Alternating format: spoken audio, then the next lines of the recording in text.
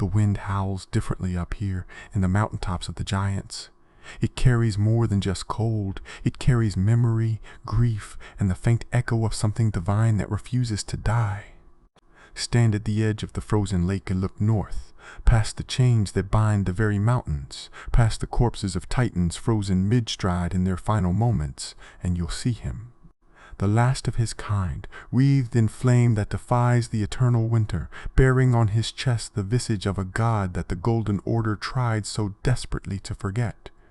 Welcome, lore seekers, to another deep dive with Keen 7 Lore, where today we unravel one of Elden Ring's most tragic and profound mysteries, the story of the fire giants and their fell god. This isn't just a tale of conquest or divine conflict. What we're exploring today reaches into the very foundations of the lands between, into a time when the Erd Tree was young and vulnerable, when other gods held sway over these lands, and when fire itself was worshipped as the ultimate divine force. The fire giant you face atop the mountaintops isn't simply a boss encounter. He's a living relic of an entire civilization, a keeper of forbidden flame, and most heartbreakingly, a prisoner bound by Queen Marika's cruelest curse to tend forever the very fire that could destroy everything she built. To understand the fire giants, we must first understand what the lands between looked like before golden grace touched these shores. Picture, if you will, a time when the northern mountains weren't the desolate wasteland we know today. Ice dragons ruled these peaks with absolute dominion, their breath turning stone to crystal, their presence making the very concept of warmth a distant dream. But something changed. Something powerful enough to drive away beings that commanded winter itself arrived in these mountains, and that something was the giants.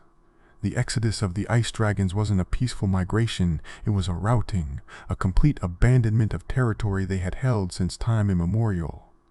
What force could accomplish such a feat? The giants didn't arrive as conquerors with armies and siege weapons. They came bearing something far more powerful, the blessing and power of a deity whose very essence was antithetical to ice and cold. The fell god, as history would remember this entity, though we must wonder what the giants themselves called their patron in their own lost tongue. The giants weren't merely large humans, as their name might suggest. These were beings touched by divinity itself, marked from birth with features that proclaimed their connection to their god. Every giant bore a magnificent mane of red hair that burned with actual flame, not metaphorically but literally burning, forever alight with divine fire that no water could quench and no wind could extinguish. This wasn't a curse or affliction, it was a blessing, a mark of their god's favor that set them apart from all other beings in the lands between. Most remarkably, upon their chests and bellies grew something that defied all natural law, the actual face of their deity, complete with a great cyclopean eye that could open and gaze upon the world with divine sight. This physical manifestation of godhood wasn't unique in the lands between. We see similar phenomena with other outer gods and their chosen peoples. But the directness of it, the literalness of carrying your god's visage upon your very body, speaks to an intimacy between deity and worshipper that most faiths could only dream of. The fell god didn't speak through prophets or visions. It looked through the eyes of its children, saw what they saw, felt what they felt. When a giant prayed, they needed no altar or icon. They could simply look down at their own chest and meet their god's gaze directly. The civilization the giants built in those mountains was unlike anything else in the lands between. While others focused on magic or military might, the giants centered their entire culture around the divine act of smithing. The great forge of the giants wasn't merely a place where metal was worked, it was a temple, a sacred space where the act of creation through fire became worship itself. The flame of ruin, that terrifying force that would later threaten the very existence of the Erd Tree, burned at the heart of their forge, not as a weapon, but as the ultimate expression of their faith. Every strike of hammer on anvil was a prayer, every piece crafted an offering to the one-eyed god whose face they bore. Archaeological evidence scattered throughout the mountaintops reveals the sophistication of giant smithing.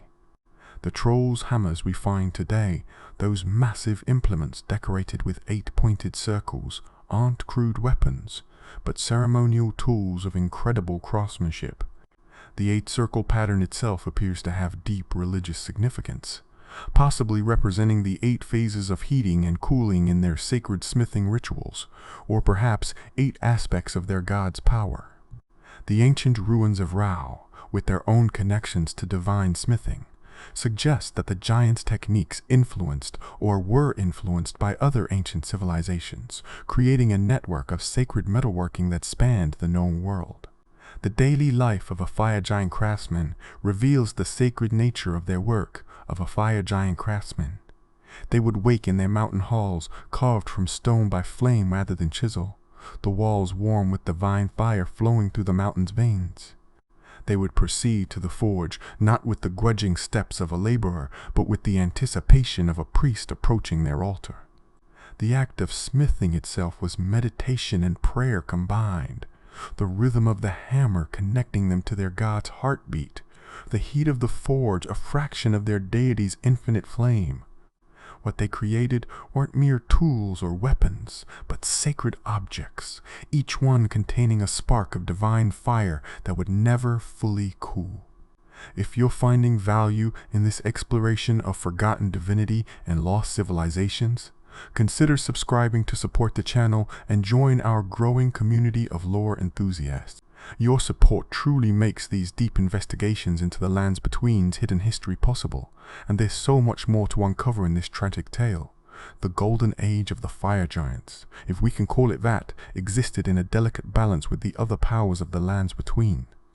While they possessed the strength to drive away ice dragons and the divine backing of a powerful outer god, they seemed content to remain in their mountain stronghold, tending their flame and perfecting their craft. This isolationism might have saved them had it not been for one crucial factor, the nature of their god's flame itself. The flame of ruin, despite its name, wasn't originally intended as a weapon of mass destruction. In the giants' theology, it represented the primordial fire of creation, the forge flame from which all things were made and to which all things would eventually return. This wasn't an evil concept. Fire, after all, is essential for life, providing warmth, protection, and the ability to reshape the world through crafting. But fire, by its very nature, consumes. It transforms everything it touches, and in a world where a new god was attempting to establish an order based on gold and growth, the existence of a divine flame that could reduce everything to ash was an existential threat. Queen Marika's paranoia regarding the flame of ruin wasn't entirely unfounded.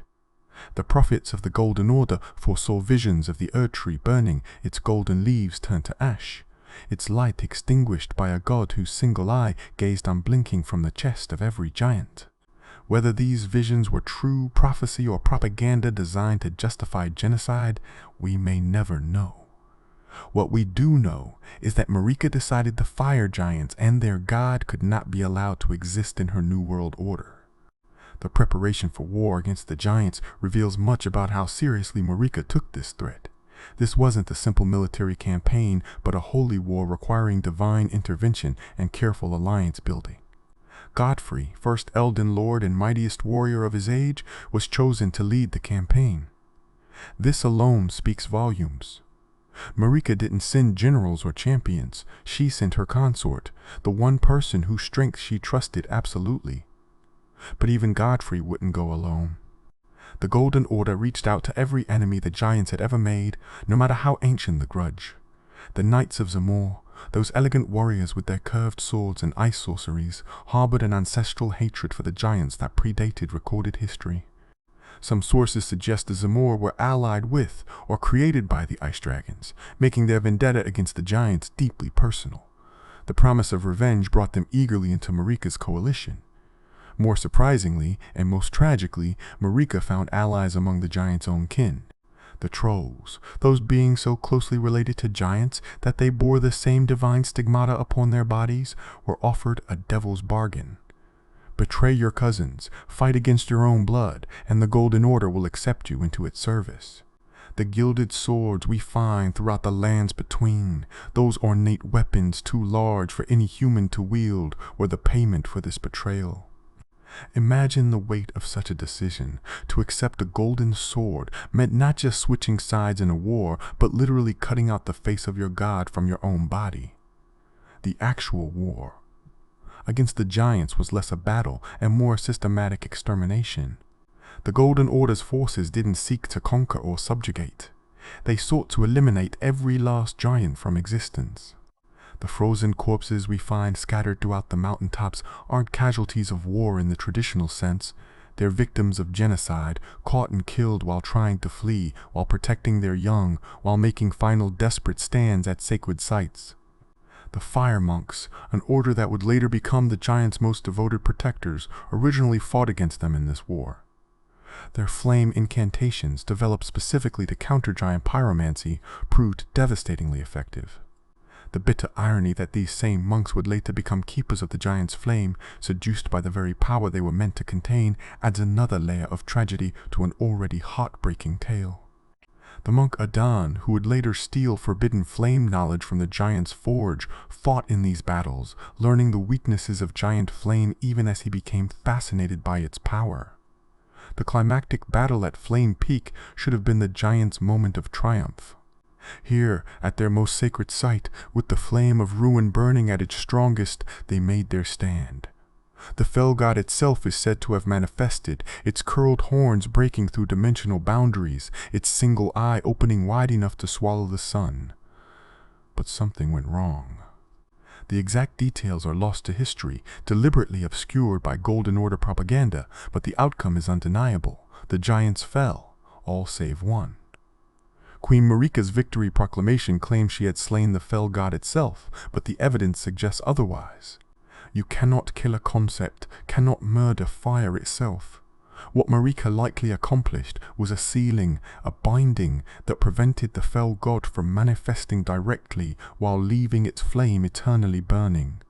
The continued existence of the flame of ruin, the face of the god still present on the last giant's body, and the persistent influence of the deity throughout the ages all point to a god diminished, but not destroyed, waiting with infinite patience for its moment to return. The curse Marika placed upon the last fire giant represents perhaps the cruelest act in a war full of cruelties. Death would have been a mercy, but mercy was never Marika's strong suit when dealing with threats to her order. Instead, she cursed him with immortality, binding him with chains both physical and metaphysical to tend the very flame she feared. He couldn't let it die. That would release him from his curse. He couldn't let it grow too strong. That would threaten the Erd Tree. For untold ages, he has existed in this liminal space, neither truly alive nor allowed to die, a guardian and prisoner in equal measure. The psychological torture of this existence defies comprehension. Every day, the last giant must tend the flame that represents everything he once held sacred, knowing that he does so not out of devotion but compulsion. He bears on his chest the face of his god, but cannot commune with it. He possesses the strength to level mountains, but cannot break the chains that bind him. He is the last repository of his people's culture, language, and memories, but has no one to share them with. In the frozen wasteland that was once his homeland, surrounded by the corpses of his kin, he exists in perfect, horrible isolation. The fire monks, assigned as additional guardians after the war, underwent their own transformation over the centuries. Initially stalwart servants of the Golden Order, they gradually became seduced by the very flame they were meant to guard. The monk Birac of the fire. Monks perfectly exemplifies this corruption. Or perhaps we should call it conversion. Upon learning that the fell god still lurked within the fire giants, he didn't recoil in horror or redouble his vigilance. Instead, he performed an act of shocking devotion. Legends say he performed an act of shocking devotion, possibly even self-decapitation, as tribute to the god, showing that the flame had already claimed his soul long before it claimed his body. The prelates who lead the fire monks now are unrecognizable as servants of the Golden Order. Their enormous bodies, swollen with muscle and fat, represent the physical weight of their spiritual burden. They don't merely guard the flame, they worship it, tend it, feed it with their devotion even as they maintain the pretense of keeping it contained. Their whips, used in self-flagellation rituals, crack like the sound of logs splitting in a great fire. The black flame they wield, stolen from the giant's sacred techniques, burns with the same hunger as the flame of ruin itself. The tragic fate of the trolls who betrayed their giant kin serves as a cautionary tale about the price of betrayal. Yes, they received their gilded swords, their place in the Golden Order's hierarchy, but at what cost? The hollow caverns in their stomachs where the fell god's face once resided became filled with stone tablets, not healing, but a crude patch over a divine wound. They became beasts of burden, their intelligence dimmed, their divine spark extinguished.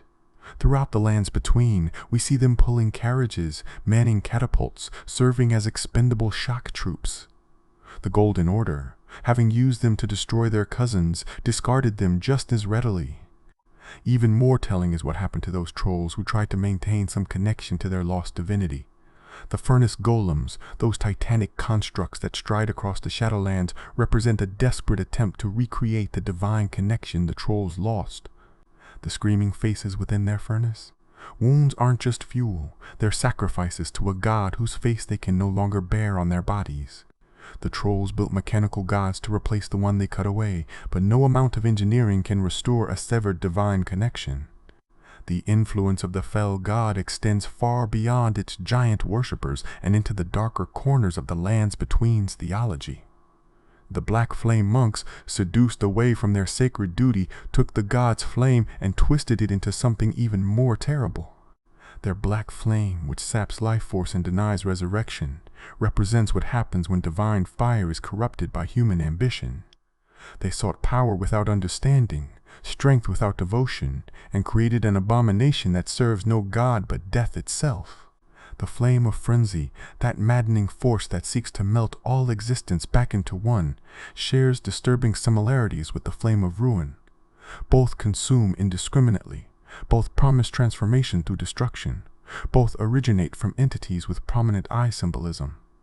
While scholars debate whether these flames share a common source or merely parallel philosophies, the practical result is the same: powers that threaten the very foundation of the Golden Order's carefully structured reality.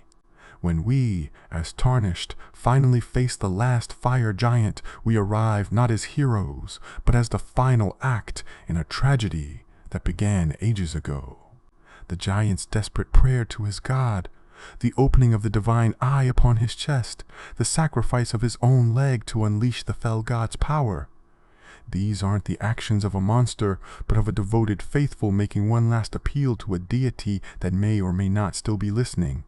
The explosion of divine fire that follows, the transformation of the battlefield into an inferno that would make the gods themselves weep, shows that perhaps the fell god does still watch, does still care, does still wait. The breaking of the giant's leg, which he tears away to cast into the flame, holds profound symbolic meaning. In many mythologies, the leg represents stability, the connection between earth and sky, the ability to stand before divinity. By sacrificing his leg, the giant literally gives up his ability to stand, to run, to ever leave this mountaintop.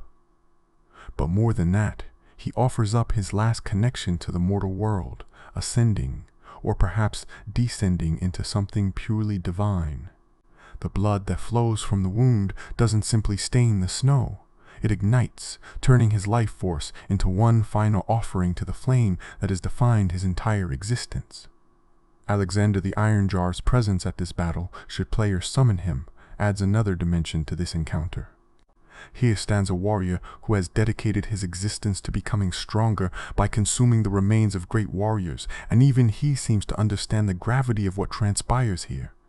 His usual enthusiasm is tempered with something approaching reverence. He recognizes that this isn't simply a battle, but a conclusion to something far greater than any individual conflict. When the giant finally falls, the silence that follows is deafening. The wind stops howling. The flame, for just a moment, seems to dim. Then, As his massive body collapses into the snow that has been waiting millennia to claim him, something remarkable happens. The curse breaks. The chains, both visible and invisible, shatter. The last fire giant, keeper of the flame, guardian and prisoner, finally finds the peace that Marika's curse denied him. But his death, rather than extinguishing the flame of ruin, liberates it. Without its guardian, the flame is free to burn as it will, to consume what it chooses, to fulfill the prophecy that Marika feared all those ages ago. The cruel genius of Marika's curse now becomes apparent. She didn't keep the giant alive just to tend the flame. She kept him alive because his death would mean her own doom. Every day of his tortured existence was another day. The Erd-tree stood unburned. His suffering was the price of her golden age. And now, with his death, that age begins its end. Melina's role in this cosmic drama cannot be overlooked. The kindling maiden, born or perhaps created for the sole purpose of burning the Erd-tree, carries within her a connection to fire that transcends normal understanding.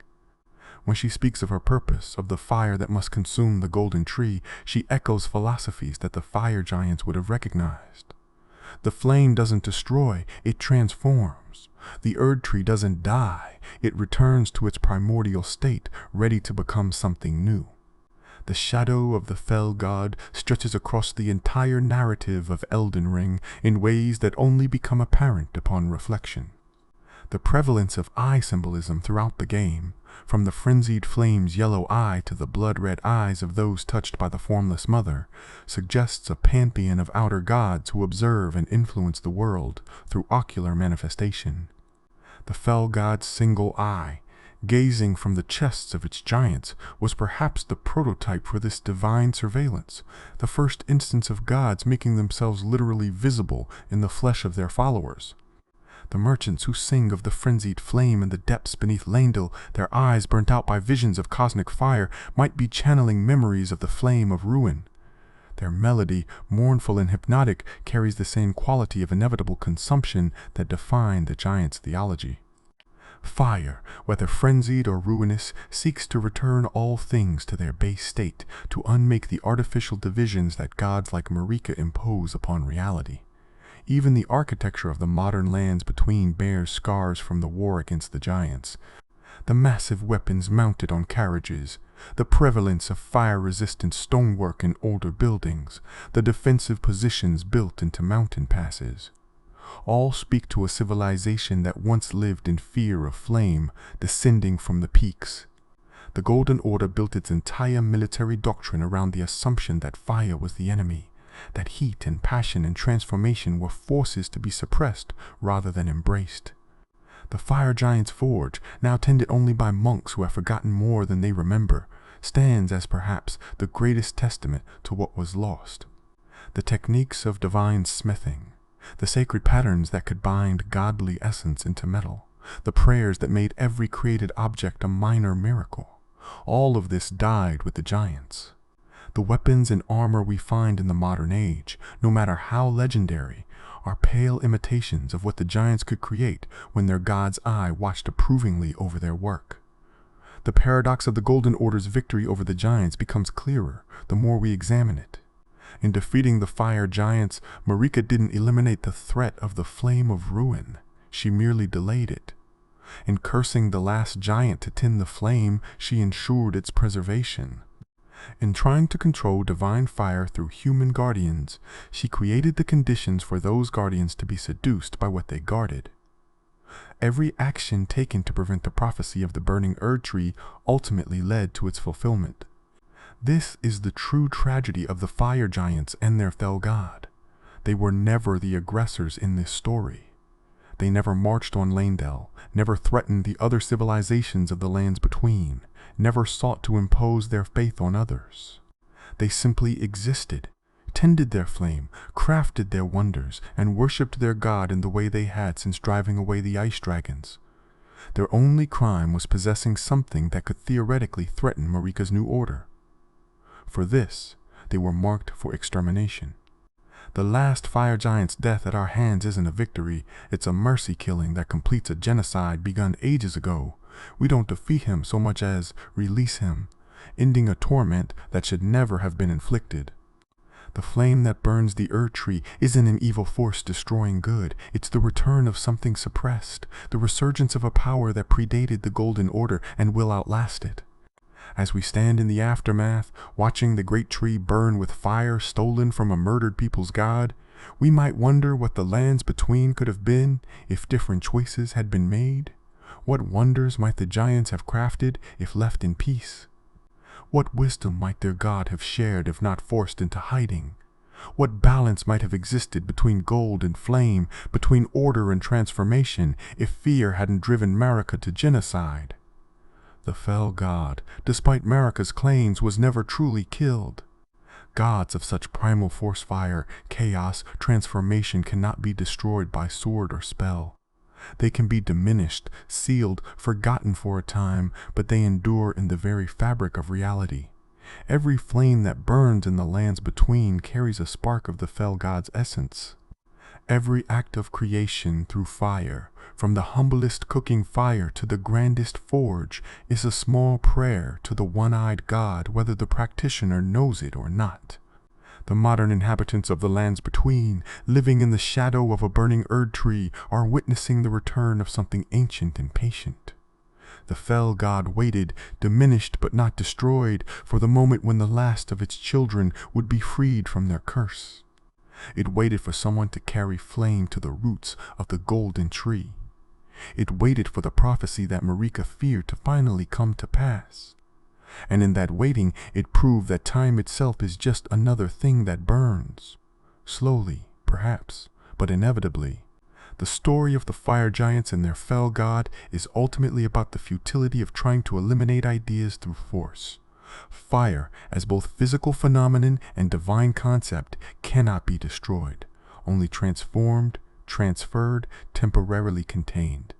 Marika's golden order, built on principles of rigid hierarchy and eternal stasis, was always doomed to conflict with forces of change and transformation. The Erd tree, for all its majesty, was still wood, and wood, as the giants knew better than anyone, burns. This extends into the game's broader themes about cycles, endings, and new beginnings.